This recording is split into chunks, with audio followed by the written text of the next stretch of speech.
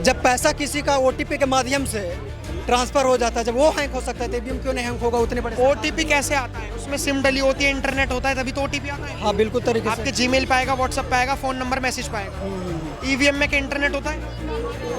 Internet होता है लेकिन अपने आप का वो भी सिस्टम है। कि ईवीएम हैक कैसे होती है? सुप्रीम कोर्ट ने भी कहा अगर ईवीएम हैक होती है तो आप हमारे सामने ईवीएम हैक करके दिखा दो, बड़े से बड़ा हैकर बुला लो।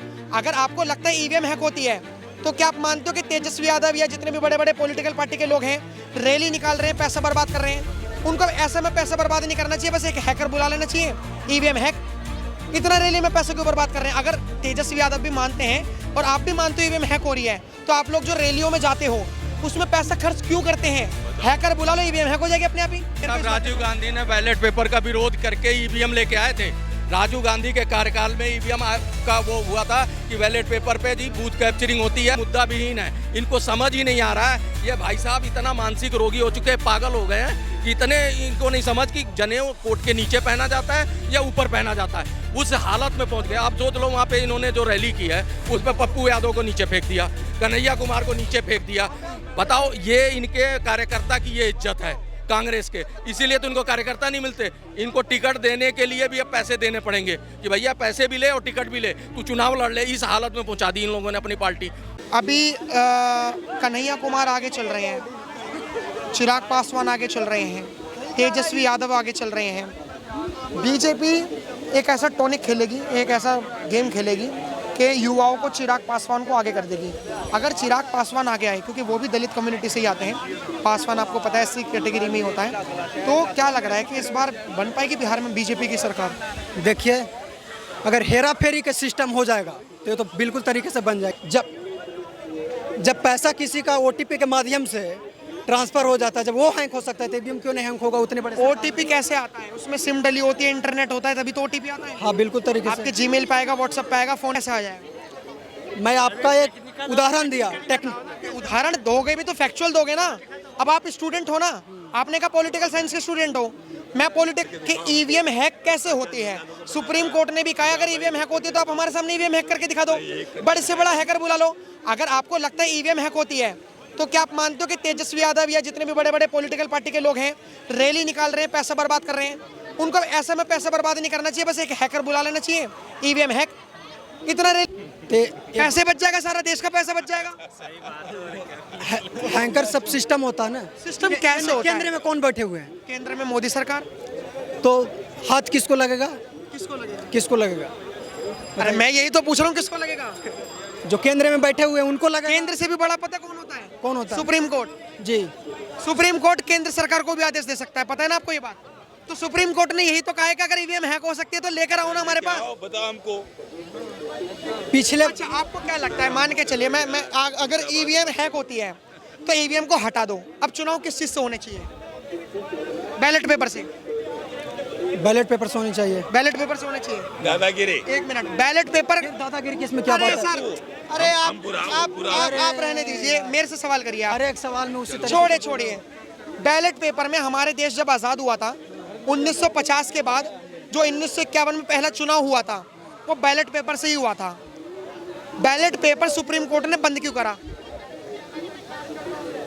अब उनसे पूछे बंद अरे क्यों? हम बता रहे हैं ना, हम आप पॉलिटिकल साइंस के भले स्टूडेंट हो, हम भी स्टूडेंट हैं, लेकिन हमने पढ़ रखा है। राजीव गांधी ने बैलेट पेपर का विरोध करके ईवीएम लेके आए थे।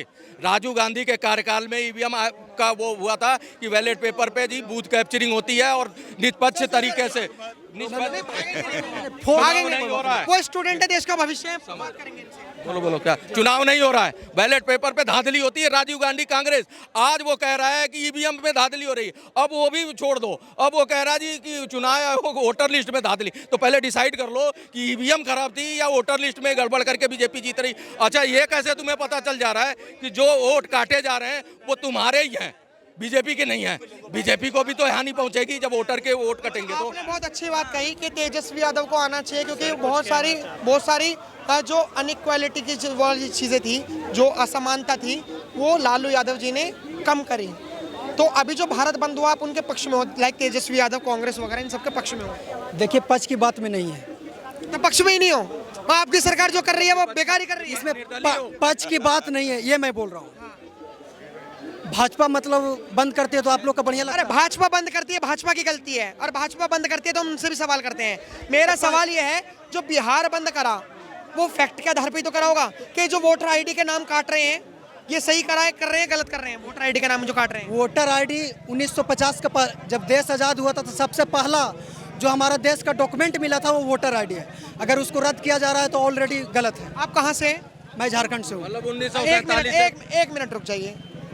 आप झारखंड से हैं, मैं बिहार से नहीं हूँ, लेकिन मैं बिहार से अपने आप को मान लेता हूँ कि मैं पटना से हूँ। मेरा वोटर आईडी कार्ड बन गया कि मैं पटना से हूँ, आपका भी वोटर आईडी कार्ड बन गया, आप बिहार से हैं।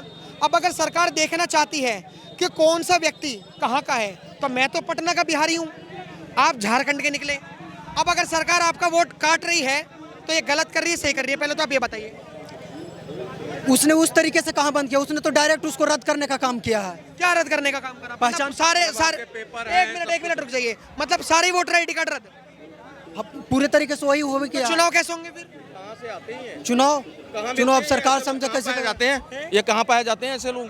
भाई साहब कुछ भी कहीं से कोई तथ्य रख रहा हो, कह रहा सब कुछ खत्म हो जाता है, सब कुछ बेकार हो जाता है, बस इसको ये याद है कि मोदी का विरोध, मोदी जी की सरकार नहीं है, मोदी जी की सरकार नहीं आए, ये इसी बातों पे अटका पड़ा है। इसको कुछ लॉजिकल बात समझ आ रही। एक बात बताओ, यहाँ दिल्ली में भी हुआ था यही काम, तब ये पार्टियां कहती थी कि हमारे वोट। अरे भाई हम इन पार्टियों से ये पूछना चाहते हैं कि जो वोट कटते हैं वो कैसे तुम्हें पता लग जाता है कि ये मेरे ही वोटर हैं?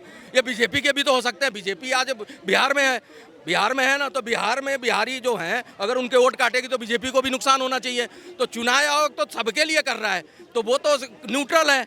तो तुम्हें कैसे, ये ऐसा है इनके पास मुद्दा विहीन है, इनको समझ ही नहीं आ रहा है। ये भाई साहब इतना मानसिक रोगी हो चुके हैं, पागल हो गए हैं कि इतने इनको नहीं समझ कि जनेऊ कोट के नीचे पहना जाता है या ऊपर पहना जाता है, उस हालत में पहुंच गए। आप सोच लो वहाँ पे इन्होंने जो रैली की है उस पर पप्पू यादव को नीचे फेंक दिया, कन्हैया कुमार को नीचे फेंक दिया। बताओ, ये इनके कार्यकर्ता की ये इज्जत है कांग्रेस के, इसीलिए तो इनको कार्यकर्ता नहीं मिलते। इनको टिकट देने के लिए भी अब पैसे देने पड़ेंगे कि भैया पैसे भी ले और टिकट भी ले, तू चुनाव लड़ ले। इस हालत में पहुंचा दी इन लोगों ने अपनी पार्टी। तो इन लोगों का वजूद खत्म हो चुका है, हताश निराश होके और उल जलूल बातें फेंक रहे हैं। इनको समझ ही नहीं आ रहा कि जनता में जा क्या रहा है। इन्हें लग रहा है कि जा नहीं रहा, बस हम मेहनत कर रहे हैं।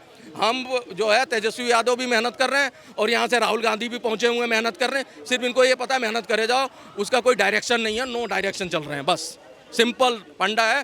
अब इनको ये लगता है कि पहले ईवीएम जो से मोदी जी जीत गए, अब कहते हैं चुनाव आयोग की वजह से जीत रहे हैं, तो डिसाइड तो कर लो कि ईवीएम की वजह से जीते या चुनाव आयोग की वजह से जीते। तो ये कुछ डिसाइड ही नहीं कर पा रहे हैं, ये बिल्कुल मानसिक हताशा और निराशा में कुछ भी बोल जा रहे हैं।